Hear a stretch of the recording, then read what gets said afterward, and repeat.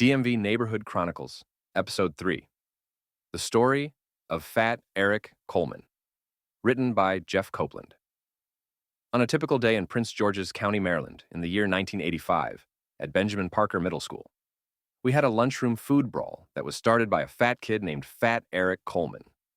Fat Eric was what his nickname implied. Fat Eric Coleman was an overweight 13-year-old boy who ate too much and was 2 times heavier than all of the local school kids at our school.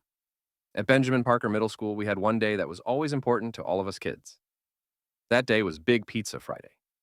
That day was important because, in spite of being an inner-city school, we had decent school lunches daily. Friday, however, was the best day of the week when it came to lunch. The pizza came from a local food vendor named Best Toppings Pizza. They would deliver hundreds of pizzas to our school on Friday. The pizzas were so good. Kids at the middle school could not wait to taste the cheesy tomato and sausage pizzas. On this particular snowy day, Fat Eric was in rare form and extra hungry. Fat Eric proceeded to go to the front of the line and got the first slice of pizza cut and hurried to his lunch table to eat. He rushed his food down his throat so fast that he finished his lunch before the other students could sit down to eat. As other students sat down to eat their slice of pizza, Fat Eric started to walk around the other tables, attempting to see who was willing to give up their lunch to him. Fat Eric found a 13-year-old boy, Harold Limp Foot Johnson, who wasn't going to eat his apple but was keeping his pizza. Fat Eric told him to give up the apple or he would get punched in the face. Harold immediately gave up the apple. He did not want to fight with Fat Eric. Besides, he kept his pizza. Fat Eric ate the apple quickly but still demanded more food to satisfy his hunger. As I sat down, I was mindful that Fat Eric was hanging around looking for extra lunch victims. I ate my pizza as fast as I could. I didn't want to become a victim to Fat Eric and perhaps get beat up. One of my friends, Janice Michaels, a 12-year-old girl with bifocal glasses and braces on her teeth, sat down at my table. Janice was a nice girl who never bothered anyone. Janice was a girl who did her best to get along with any and all. Janice never badmouthed anyone and never got into any trouble. As Janice sat down to eat her pizza with the other children, everyone noticed Fat Eric coming toward the table. Fat Eric, with the cunning of a cat and fist of a bulldozer, started to ask the children at the table who did not want their pizza. No one said anything.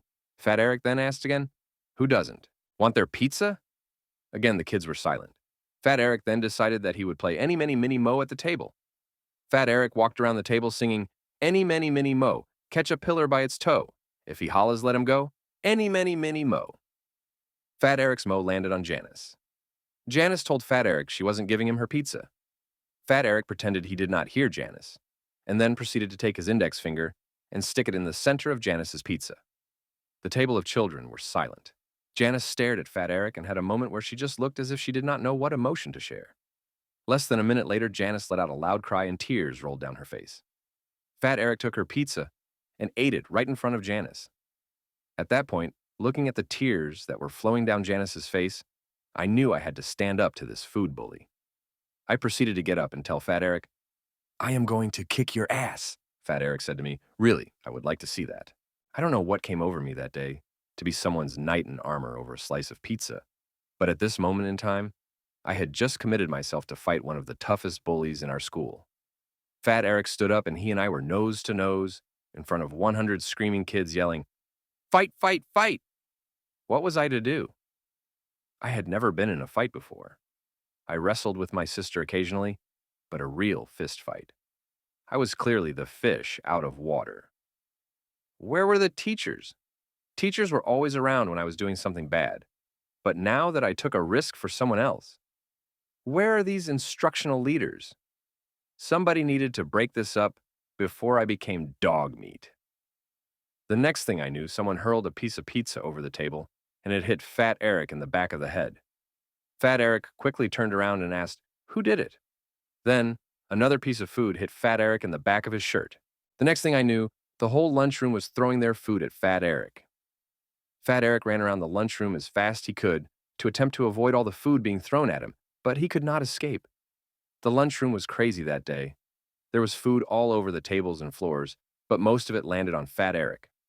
Finally, the instructional administrators arrived and put an end to the food melee. Our school principal, Mr. Alexander Jenkins, got on his megaphone and yelled, "Stop, stop, stop," or suspensions for everyone involved. Fat Eric cowered in the corner behind a trash can covered in pizza sauce. What a day at our school. The kids stood up to the bully named Fat Eric Coleman. Principal Jenkins ordered all students to detention later that day and made us all clean up the mess before we were allowed to go home. That day, I learned something about people and myself. Sometimes in life, you have to stand up to the tyranny of evil men, and you have to stand up for a friend. Janice never spoke much to anyone in our school, but that day she had her Rosa Parks moment. As with all bullies, Fat Eric never bothered the kids in the school for their lunches, but he was still quite greedy. Years later, when I was in high school, I learned that Fat Eric was a kid from the projects of Berry Farms in southeast Washington, D.C. Fat Eric ate a lot because he didn't have a lot. Fat Eric lived with his grandmother and lived on financial assistance from the government. That didn't make his bullying right, but it provided context to his actions. The lesson learned: don't judge unless you want to be judged. If you like these stories, click like and subscribe.